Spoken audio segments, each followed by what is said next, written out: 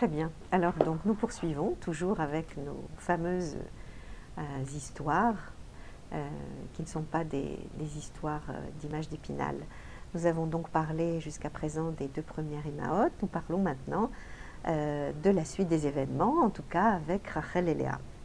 Donc c'est une étrange histoire aussi que celle de Rachel, celle de la substitution de l'une pour l'autre. Là encore, l'histoire est bien tortueuse, mais bien sûr pour un dessein tellement élevé.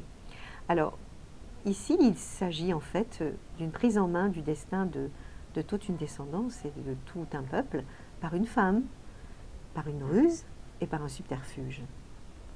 Rachel, comme vous le savez, est la bien-aimée de Yaakov qui va travailler durant 7 ans pour l'obtenir. Mais là encore, c'est une histoire d'amour magnifique dont nous avons ici le récit. Et il a été trompé en trouvant Léa à sa place.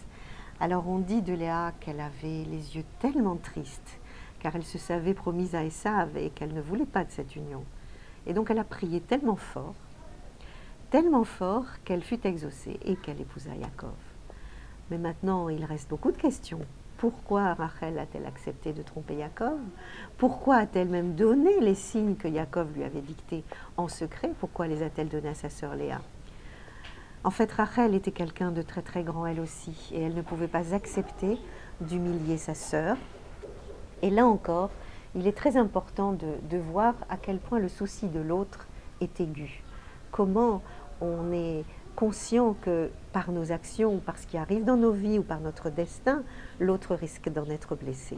Et le Midrash raconte comment elle s'est donc imposé le silence, en voyant tous les présents qui lui étaient destinés aux mains de sa sœur, et tout ça pour sauver Léa.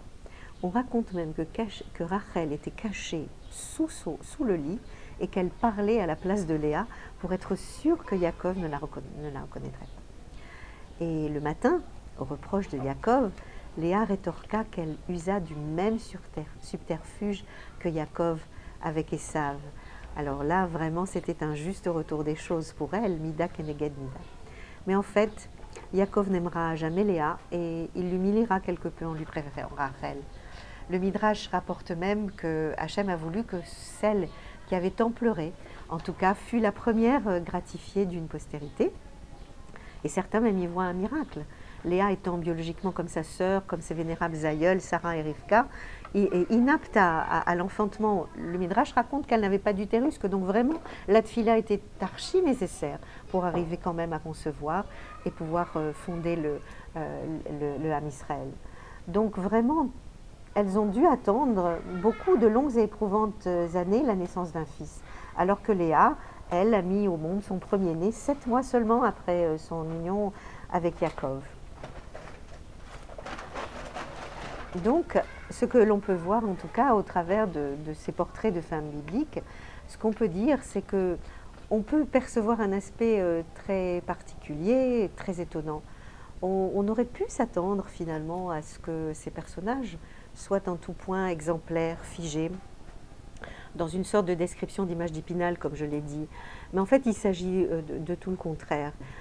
Ces femmes et ces hommes nous semblent humains, véritablement avec toutes leurs faiblesses et leurs forces. Et je pense que le texte que Akadosh Baruch Hu a voulu nous livrer, c'est bien pour montrer que l'homme peut parfois prendre des détours, peut parfois user de subterfuges lorsque il y a une si grande justesse par rapport à ce que l'avenir va apporter. Eh bien, on peut se tromper. Et effectivement, nous l'avons vu au travers de leurs histoires. Certains des patriarches, notamment Rivka, se trompaient sur leur fils. Et on peut se tromper sur beaucoup de domaines. L'essentiel, c'est malgré tout de se poser et puis d'essayer de faire un bilan, de bien réfléchir par rapport à ce qu'Hachem nous demande et par rapport à, en tout cas, en ce qui concerne les grands exemples que nous voyons ici, qu'est-ce qui est le plus important pour le Ham Israël? Quels sont les véritables tenants et aboutissants pour arriver à construire le socle de notre Torah? Et donc ces personnages, ils sont aimés d'Akadosh Baruch Hu et ils ne le sont pas parce qu'ils sont parfaits. Finalement, on a l'impression qu'ils sont aimés parce qu'ils sont humains et que c'est ça qui est important. ils ont une sorte de sainteté immanente au travers d'eux et ils sont élus pour en fait un surplus d'exigence. C'est vrai que les épreuves qu'ils ont traversées étaient des épreuves difficiles. Et en fait, ils continuent de vivre, même après leur mort, dans les vies de leurs descendants, dans nos vies à nous et dans celles de nos enfants, à qui nous, en tant que femmes, en tant que mères, nous devons transmettre tous ces messages. Et c'est ce que vous êtes appelées à faire, mesdemoiselles, parce que vous avez beaucoup de choses à faire encore et un destin tellement riche et tellement important. Au travers de tous ces messages et de toutes ces leçons, c'est vous qui allez être les constructrices, les bâtisseuses du clan Israël en mouvement. L'histoire marche avec vous. Ces femmes, en fait, qui ont été des matriarches et qui donc étaient aptes à comprendre dans le discours de l'autre la parole d'Hachem, elles ont été choisies pour cette gravité-là. Parce que c'est vrai, mesdemoiselles, il est grave d'être femme juive, il est grave d'être mère juive, vous allez le comprendre tout au long de votre vie, mais ça n'est pas seulement grave, c'est tellement gratifiant, c'est tellement beau que vous avez un très beau destin, Bezrat Hachem, en face de vous. Et c'est pour cette grandeur que ces femmes ont été choisies. Donc si je devais tirer la leçon contemporaine que les vies de ces femmes nous ont transmis, moi je retiendrai personnellement la force de la prière dont elles ont fait preuve. Et la prière de ces femmes, qui étaient toutes stériles, dit le Midrash, cette prière a su retourner la décision d'Hachem et elles ont su se faire entendre.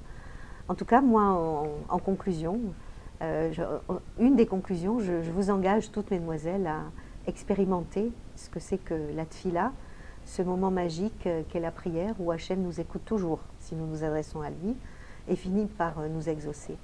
Et donc, au travers de ces portraits de femmes de la Torah, ce qui était le plus important, c'était bien cette image de ces femmes qui parfois n'étaient pas contentes, qui enrageaient parfois, qui revendiquaient, qui provoquaient l'événement historique.